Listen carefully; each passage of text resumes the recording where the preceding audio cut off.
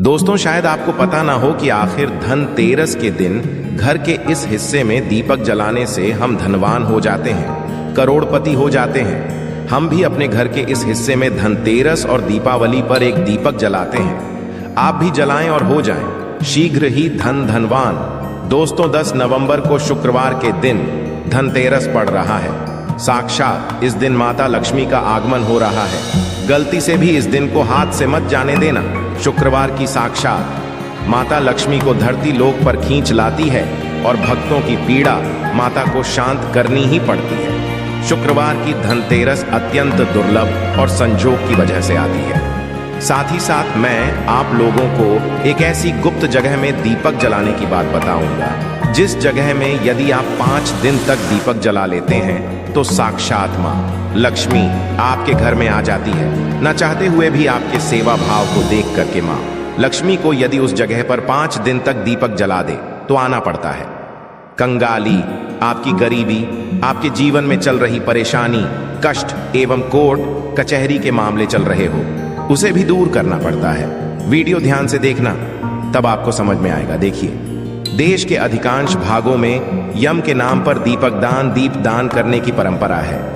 तो देखिए, दीपावली के 2 दिन पूर्व धनवंतरी त्रयोदशी के सायंकाल में मिट्टी का कोरा दीपक लेकर के आते हैं। इसमें तिल का तेल डाल करके नई रुई की बत्ती रखते हैं, या फिर आपके समर्थन अनुसार, जैसे कि तिल का तेल है या फिर फली का तेल है या फिर सरसों का तेल है, या फिर हो सके तो आप जो है का दीपक भी जला सकते हैं। तो आप अपने समर्थन अनुसार दीपक जलते हैं। किंतु आखिर ये दीपक क्यों जलाते हैं, इसके पीछे क्या कारण है, जानेंगे इस वीडियो में। मैं आप लोगों को विस्तार से बताऊंगा। यदि आप इस वीडियो को देख लेंगे तब आपको समझ में आ जाएगा कि वास्तव में हम दीपक क्यों जलाते हैं और हमें दीपक क्यों जलाना चाहिए। और वास्तव में इस वीडियो को देखने के बाद आपको एक एक्स्ट्रा लाभ मिलेगा कि आपके घर से गरीबी जन्मों की जो कंगाली है वह चली जाएगी। कहते हैं बहुत साल पहले हंसराज नाम का एक प्रतापी राजा था। एक बार वह अपने मित्रों, सैनिकों और अंगरक्षकों के साथ जंगल में शिकार खेलने के लिए गया। संयोग से राजा सबसे बिछड़ करके अकेला रह गया और भटकते हुए एक अन्य राजा, जिसका नाम था हेमराज के राज्य में पहुंच गया। कथा ध्यान से सुनना, तभी आपको समझ में आएगा। और कमेंट बॉक्स में जय माता लक्ष्मी अवश्य लिखना। तो हेमराज ने थके हारे हंसराज का भव्य स्वागत किया। ठीक है, उसी रात हेमराज के यहाँ पुत्र का जन्म हुआ। इस खुशी के अवसर पर हेमराज ने राज्य के उत्सव में सम्मिलित होने के लिए आग्रह के साथ हंसराज को कुछ दिन तक वहां ठहरने के लिए रोक लिया। बच्चे की छठी के दिन एक विचित्र घटना घटित हुई। ध्यान से सुनना। पूजा के समय एक देवी प्रकट हुई और बोली, आज इस शिशु की जो इतनी खुशी मनाई जा रही है, ये अपने विवाह के 4थे दिन मृत्यु को प्राप्त हो जाएगा। इस भविष्यवाणी से सारे राज्य में शोक छा गया हो। हेमराज और उसके परिजनों पर ऐसा समझो कि वज्रपात हो गया हो। पहाड़ के सामान जैसे दुख आ गया। सबके सब रह गए, चुप रह गए। इस शोक के समय हंसराज ने राजा हेमराज और उसके परिवार को बिल्कुल ही आश्वासन दिलाया और विचलित ना होने का आश्वासन दिलाया और बोला कि इस बालक की रक्षा मैं करूंगा और संसार की कोई भी शक्ति इसका बल बांका का नहीं कर सकेंगे। इसकी रक्षा मैं स्वयं करूंगा।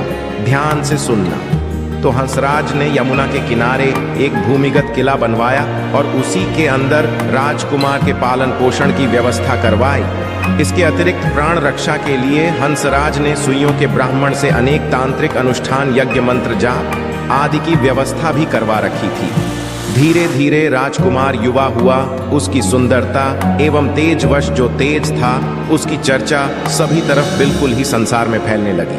राजा हंसराज के कहने पर हेमराज ने राजकुमार का विवाह भी करवा दिया।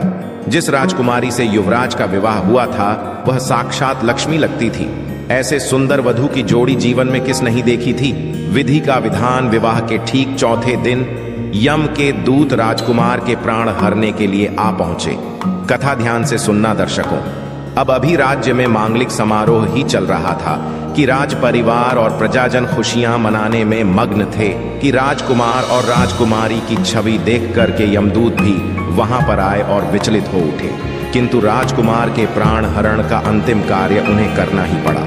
यमदूत जिस समय राज के प्राण लेकर चले उस समय ऐसा हालाहाल मच गया, हाहाकार मच गया, होने लगा।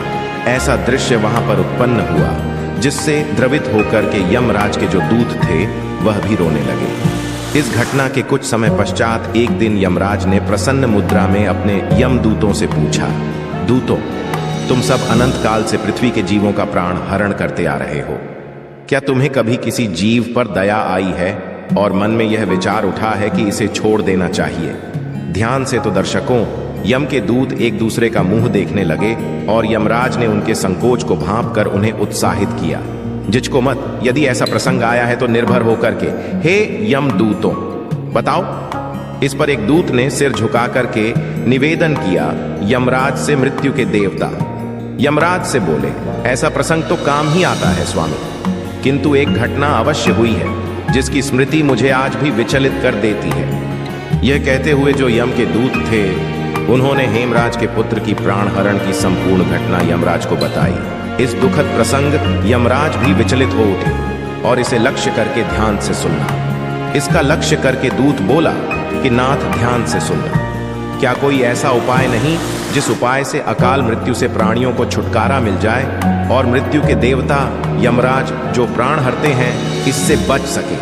तो इस पर यमराज ने कहा, जीवन और मृत्यु ये सृष्टि का अटल नियम है तथा इसे बदला नहीं जा सकता।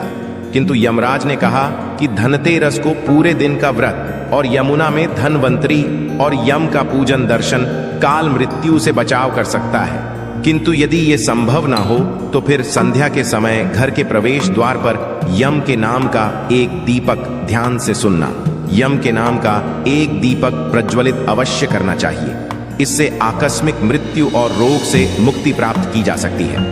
स्वयं यमराज ने बताया है कि यदि कोई भी व्यक्ति, ध्यान से सुनना, यदि कोई भी व्यक्ति यदि धनतेरस के दिन यम के नाम से दीप जलाए तो बिल्कुल ही कैसी भी आपके जीवन में अकाल मृत्यु आने वाली हो, बुरा समय आने वाला हो या फिर किसी के काल सर्प दोष जीवन में चल रहा है, वह दोष समाप्त हो जाता है। इसके पश्चात धनतेरस के दिन हो सके तो धनवंतरी जी के लिए प्रवेश द्वार पर यम के लिए और माता लक्ष्मी के स्वागत के लिए बिल्कुल ही दीपक जलाना चाहिए। ये भी कहा जाता है, शास्त्रों में लिखा है कि पितरों के नियमित हेतु यदि शमशान में इस दिन दीपदान किया जाए दक्षिण दिशा, यदि पितरों के नियमित हेतु इस दिन दीपदान किया जाए तो आपके पितृ यदि यमलोक में किसी कारणवश भटक रहे हैं, उनकी आत्मा ने यदि मोक्ष नहीं पाया है तो दीपदान करने से उनकी आत्मा को मोक्ष की प्राप्ति होती है, उन्हें प्रकाश की प्राप्ति होती है। और सभी पवित्र हिस्से में जैसे कि लक्ष्मी स्थान है, धन स्थान है, व्यापार स्थान है और वाहन स्थान कहा गया है। बहुत सारे हमारे घरों में स्थान होते हैं, तो सभी स्थान में इस दिन पवित्र दीपक अवश्य जलाना चाहिए। माँ लक्ष्मी का इस वरदान भी है। एक कथा के अनुसार माता लक्ष्मी ने स्वयं कहा है कि जिस घर में धनतेरस के दिन कल की मैंने कथा में बताया था, आप सभी दर्शकों को जरूर पता होगा, जिस घर में यदि धनतेरस के दिन 13 दीपक जलते हैं, 13 दीपक ही आपको जलाने हैं, धनतेरस के दिन 13 दीपक जलते हैं, तो ऐसे घर में मैं मजबूर होकर के स्वयं साल भर निवास करती हूँ और ऐसे घर को धन दौलत से परिपूर्ण बना देती हूँ। और यदि वह व्यक्ति फिर आने वाली धनतेरस के दिन 13 दीपक जला दें तो मैं फिर उसके घर में रह जाती हूँ। अर्थात आप आजीवन माँ लक्ष्मी को प्रसन्न करना चाहते हैं। आप चाहते हैं कि माँ लक्ष्मी आपके घर से ना जाए, आपके घर में धन दौलत एवं सुख संपत्ति एवं यश कीर्ति की प्राप्ति हो, तो आप अपने घर में धनतेरस के दिन दीपक जरूर जलाएं। चाहे आप सनातन धर्म से जुड़े हो, चाहे आप सनातन धर्म को नहीं मानते हो, एक बार यह कार्य करके जरूर देखना, आपका घर धन दौलत से जगमगा उठेगा। माँ लक्ष्मी की कृपा से आपके घर में धन दौलत आएगी।